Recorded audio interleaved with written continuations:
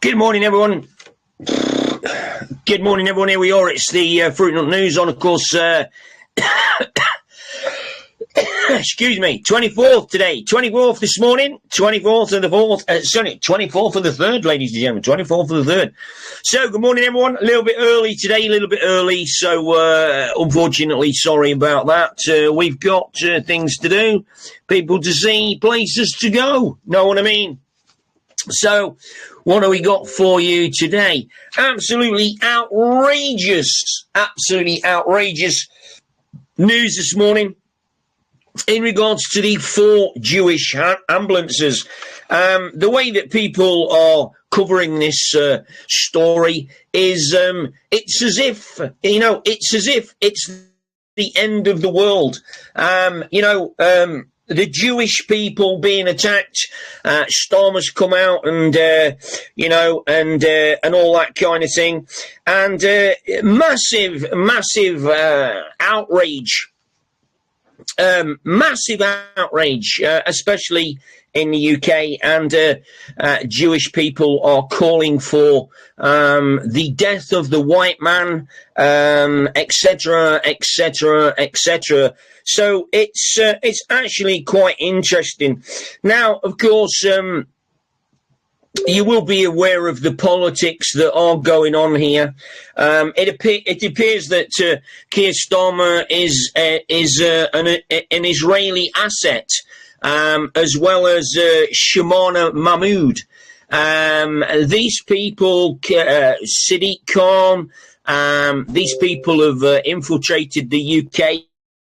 And sadly are in positions of power and need to be taken out, literally taken out.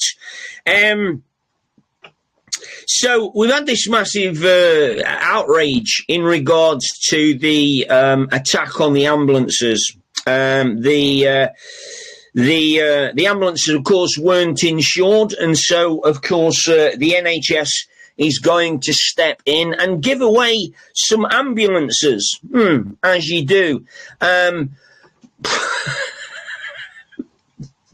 It's not really as though we've got a surplus of ambulances to give away, but my question is, well, why weren't the ambulances insured?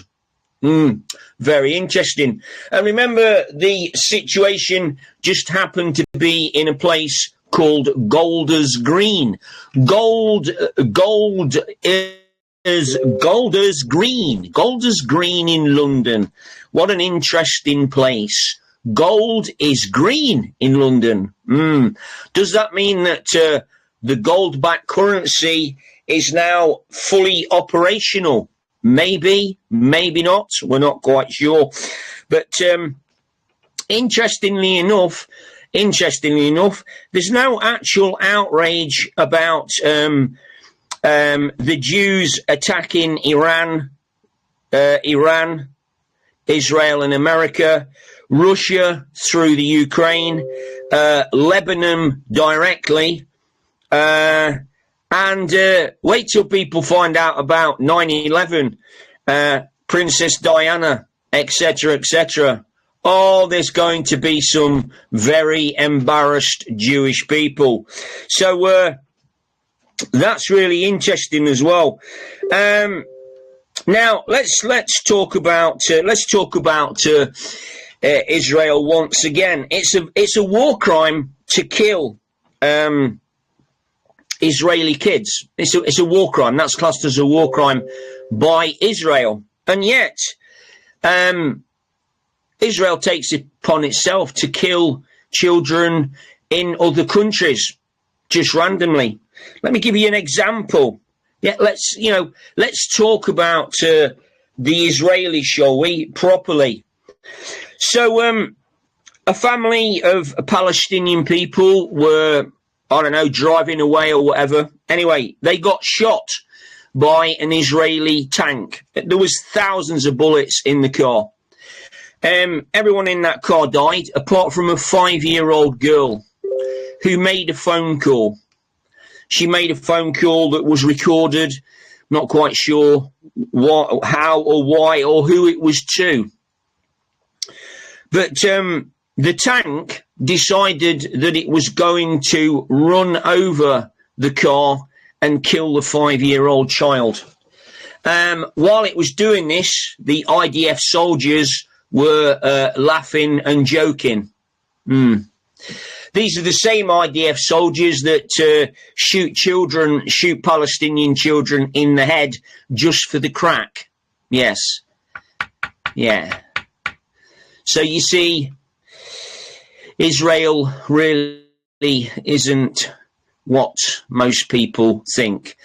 And of course, when they start to tout out the anti-Semitism card, etc., etc., etc., it doesn't really make my heart bleed, especially when I have listened to the phone call of that 5-year-old girl. Interesting. Now, Sadiq Mahmoud was quite happy, she said, as a Muslim woman, to not be allowed to pray with Sadiq Khan at Trafalgar Square. Because, of course, as you well know, the Islamic religion doesn't allow men and women to pray together. In fact, women have to be very, very well covered up, as you well know. And of course, it's so that the women don't tempt the men. Now, I'm not being funny, but from some of the black dresses that I've seen, well, I wouldn't be overly tempted, to be honest. And then, of course, Mahmoud has decided that, we've already given French police a shitload of money in regards to stopping the migrants, which they haven't, they've failed to do so far.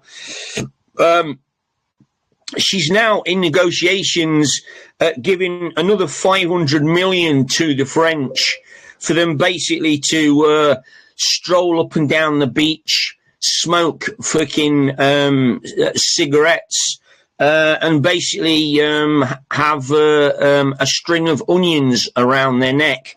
Very interesting. Meanwhile, Ed Miliband seems to not want to open up the drilling fields of the North Sea, because, of course, he's just an absolute, complete and utter madman. Yes, very mad.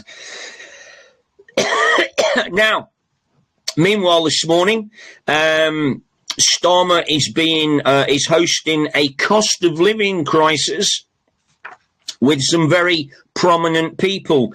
One of them is the Bank of England person. What's his name? Oh, fuck it, forgot his name. Anyway, he's having a meeting with him. He's calling him in. Cobra have also been called. The military are also stepping in as well. So God knows what's going to go on. And then, of course, Starmer was disastrously quizzed yesterday over his what should we say, lack of action in regards to Cyprus. I think it's now 2 weeks now, and the boat has only just landed in Cyprus. Very interesting. It's a good job Francis Drake wasn't so quick during the Spanish Armada attack. Very good, very good. Now, apparently 200,000 new houses need to be built. We've been hearing this bullshit rhetoric now for quite a number of years. And although it's actually quite a lot of homes but it's very, very falling very short of the 1 million houses that we need.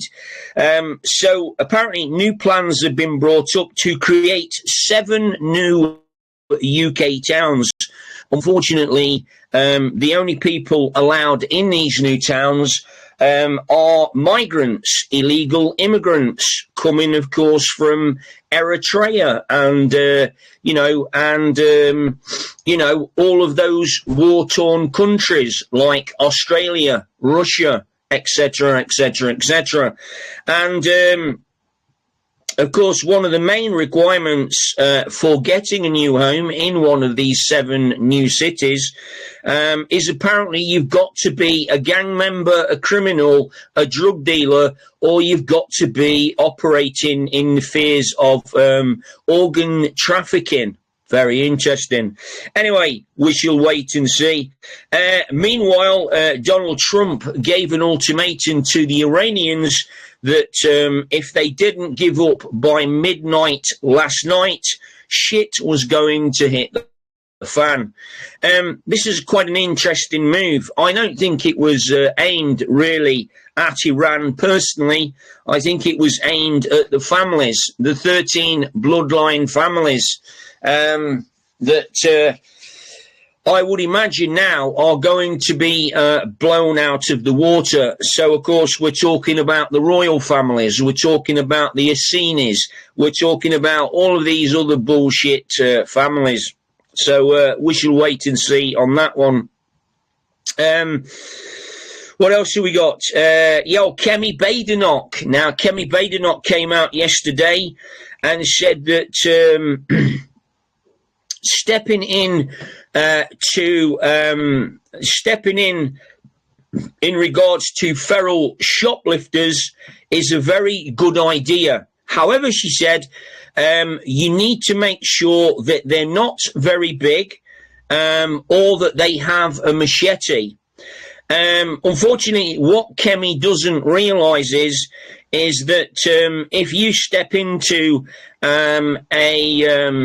a shoplifting scenario, which is done by probably certain groups of people, the police will probably arrest you for a hate crime, or you will be arrested for, some political fucking shit. So Kemi really needs to, she really needs to educate the people now what actually the police are doing in regards.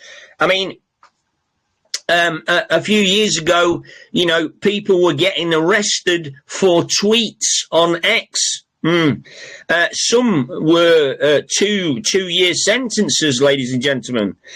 So where she gets this from, I just do not know.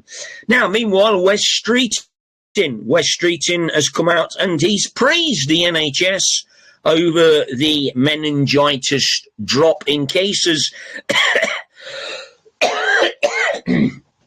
He said that the doctors and nurses had worked around the clock, basically to curb an outbreak of meningitis in Kent. Apparently,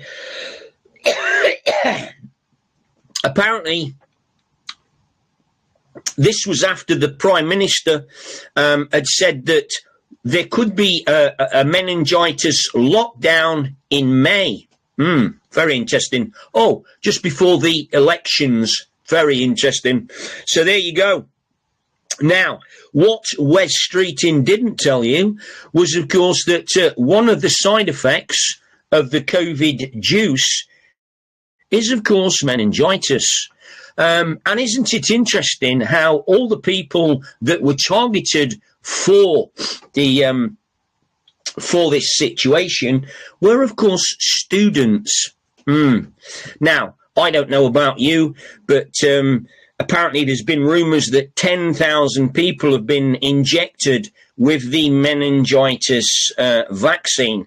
Now, I don't know about you, but that's 10,000 people who are very fucking stupid, because after all of the information that has come out regarding the COVID-19 juice, and the fact that it is now being looked at as a bioweapon. Yeah, somebody's not been paying attention to the actual curriculum. Know what I mean?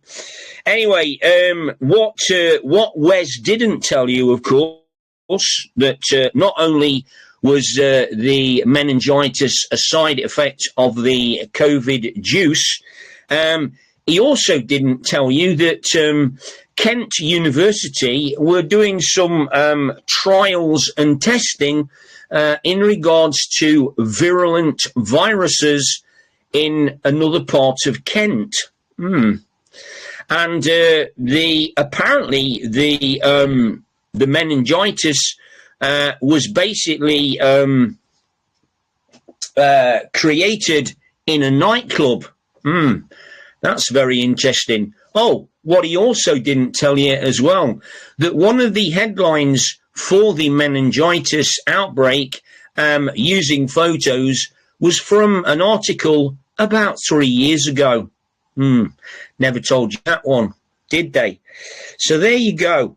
Now, meanwhile, a couple of years ago, the Hoover Dam seemed to be empty of water. We're not quite sure why that was. Not really much was said about it at the time, until it came to light that there was some kind of an ancient city buried under the waters behind the Hoover Dam, apparently with ancient technology. That could be quite interesting, isn't it? Maybe it could be some form of a Stargate. Maybe the aliens were there. We're just not sure. Maybe there could be some technology that we haven't seen before. And of course, as you may or may not know, when you are dealing with supercomputers, you need quite a lot of water to keep the computers cool. Anyway, the plot thickens. Now, it's now been confirmed that the US government, the corporation, as we well know, apparently is completely bankrupt. Now, this is quite interesting because this is the first time this has been sort of aired. Now, this, of course, means that the petrodollar, the fiat currency, the maritime law system is completely bankrupt. This, of course, is the cabal. This, of course, is the deep state. This, of course, is the US corporation that set up all of this bullshit in the first place. So, taking into consideration that the 13 bloodline families have been given an ultimatum of midnight last night, it'll be interesting to see what happens over the next few days. Now, I told you about the Abadan Stargate in Iran a couple of days ago. It was a couple of days ago. I think, now I want to take you back to, last Wednesday. Now, last Wednesday night, I mean, I do watch the skies quite a bit, but last Wednesday evening, it was a particularly clear night, and this has actually been reported in Iran and other places across the world. Now, I normally, when we're out there, we normally see, okay, I would say maybe you get to see one or two sort of moving lights in the sky. Well, let's just call them moving lights to start with, okay? Not on to alarm you people, of course, but so normally one or two moving lights, okay? Not last Wednesday. I counted in the space of probably about 10 minutes, 15 minutes, I counted 25 plus moving lights. And they were all heading east. And they were all... And when I checked the map, of course, east on the map is, of course, yes, Iran. Very interesting. Now, I've never seen that before. I've never ever seen so many craft or so many lights moving in the sky. It was it was as if everybody. It was as if all of the stars had all of a sudden decided to move east. It was amazing to watch. It was amazing to watch, and yeah, I was a little bit. I must admit, I was a little bit surprised because I've never seen that many before. Anyway, ladies and gentlemen, listen. Unfortunately, I've got to get off. We've got rather a large workload today. Not that we don't have large workloads on other days, as you can tell by the bags under my eyes, and couple that with lots and lots of people are reporting the fact that they are having to take a sleep in the afternoon. So I can actually confirm this because I've noticed that that's kind of happening to me as well, and it sort of seems to be round about anywhere between 2 o'clock and 4 o'clock. So I don't know. Maybe we're going back to some kind of ancient energy channeling. I don't know. But anyway, that's what a lot of people are reporting. So I know that it's not just me. It must be other people as well. And of course, the energies at the moment are completely off the tits. Apparently, the human resonance. I don't know whether it was yesterday or the day before. Had a blackout. Now, I'm not quite sure what that means in sort of biblical terms, but anyway, it's an interesting one. So listen, take care, have a great day, enjoy yourself, and we will see you all again soon. Love you loads. Bye-bye.